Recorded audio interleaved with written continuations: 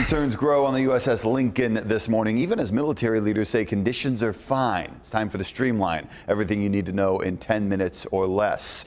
The Lincoln, a San Diego-based warship, has been out to sea for about 268 days, a record right now. It's got 5,000 sailors and Marines on it, and some families have said they've heard about supply and mental health issues on board with bad food and no soap or toothpaste. Over the weekend, CENTCOM Commander Admiral Brad Cooper visited the ship and issued a statement in which he acknowledges not all is perfect, but he wrote in part, quote, "Of the Navy's 11 active aircraft carriers, the Lincoln currently has among the lowest number of cases related to mental health." The USS George Washington is expected to replace the Lincoln in the next few weeks, but there's no official timeline on when.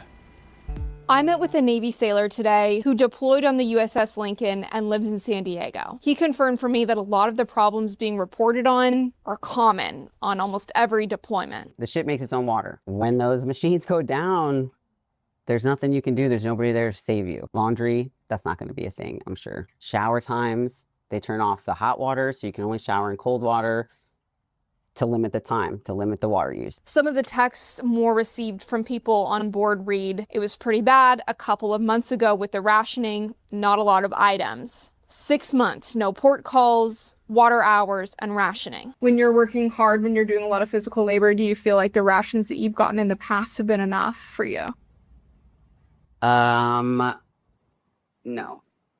I will say no. So problems with food, lack of showers and laundry, and no port calls. And while Parker has never been at sea that long, he says that he experienced this on most deployments. These conditions have been this way always. Perhaps the most startling, reports of attempted suicide. Moore says that he's seen that on a lot of different deployments and says this time morale could be low for a couple of different reasons. Lack of mail, which is packages and letters from loved ones, and the current political climate. In San Diego, Emily Coffey, 10 News.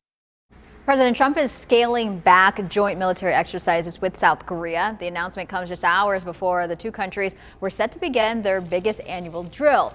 On social media, Trump said the drills are expensive and send a hostile signal to North Korea, adding that he has a very good relationship with the nation's leader, Kim Jong-un. He also criticized South Korea for not supporting the United States in the war with Iran. Tropical storm Lala is battering Hawaii, leaving that trail of destruction you see behind me. Some areas on the Big Island saw nearly 3 feet of rain. More than 100 buildings are damaged or destroyed. A lot of roadways and highways are flooded. Officials warn the recovery will be difficult. We will have long-standing road challenges, bridge challenges, access issues for residents that might be isolated. More than 160,000 people lost power in Hawaii. Officials say outages could last for weeks, even months in the hardest hit areas.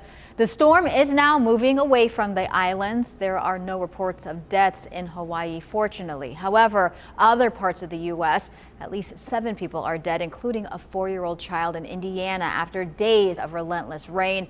Raging floodwaters washed out roads and submerged cars. The storms also brought winds reaching 100 miles per hour.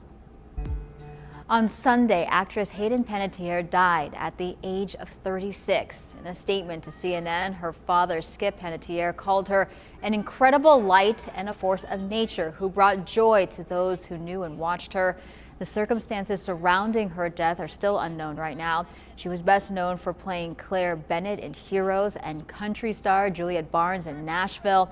Her film credits spanned many years, including Remember the Titan, Scream 4, and Scream 6.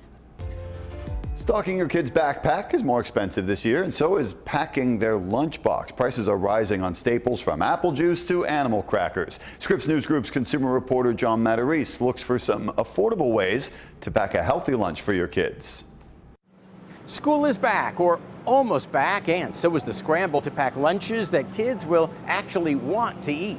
This year, parents are paying more for basics like deli meat, fruit, and snacks, so we looked for some simple ways to save. The cost of packing a school lunch is a lot to unpack. It is very much expensive. Parents like Kyrie Babor are trying to balance cost and convenience. Sometimes I pack lunch, sometimes I don't. The average packed school lunch now costs $6.33, up 2% from last year, according to Deloitte. A simple lunch with peanut butter and jelly, carrots and milk runs about $4.89. A trendier option like a chicken quesadilla with mango and juice can top $7. Nutrition instructor Lindsay Malone says one big myth is that prepackaged snacks are always healthier. Most granola bars on the store shelves aren't that far away from what's in the cookie aisle. So lots of sugar, refined grains, oils. She says you can save and eat better by buying simple ingredients instead. So for a granola bar, looking for things like oats, dark chocolate chips, maybe a little bit of honey. Malone recommends containers with separate compartments and letting kids help. Assigning, vegetables or fruits or a main dish to each one, and then letting the kids, sort of play a role in picking out the types of foods that they're going to bring. With 3 little ones, we actually just make a lot of our own homemade things. Emily Olson says planning ahead makes a big difference. Shopping in bulk and making extra that we can freeze. While prepackaged items may save time, they can cost you more. I can't afford it. That's why I had to really just go and pack lunch for them. So use leftovers, buy favorites in bulk, and make homemade versions of popular snacks to help cut costs without cutting corners. That way you don't waste your money. John Mattery, Scripps News Group. It's all good advice. Hey, Sweetwater Valley has booked their ticket to the Little League World Series. They beat Hawaii 11-3 on Friday, winning the West Regional Championship. This is the first time Sweetwater Valley made it to the World Series since 2015. The Little League World Series begins on Wednesday. Sweetwater's first game, though, is Thursday afternoon. They'll play the Midwest champion from Davenport, Iowa. Been fun to see the whole community rally behind this team. Let's hope that continues for a couple more weeks all the way to a Little League championship. That's your ABC 10 News Streamline. Everything you need to know today in under 10 minutes.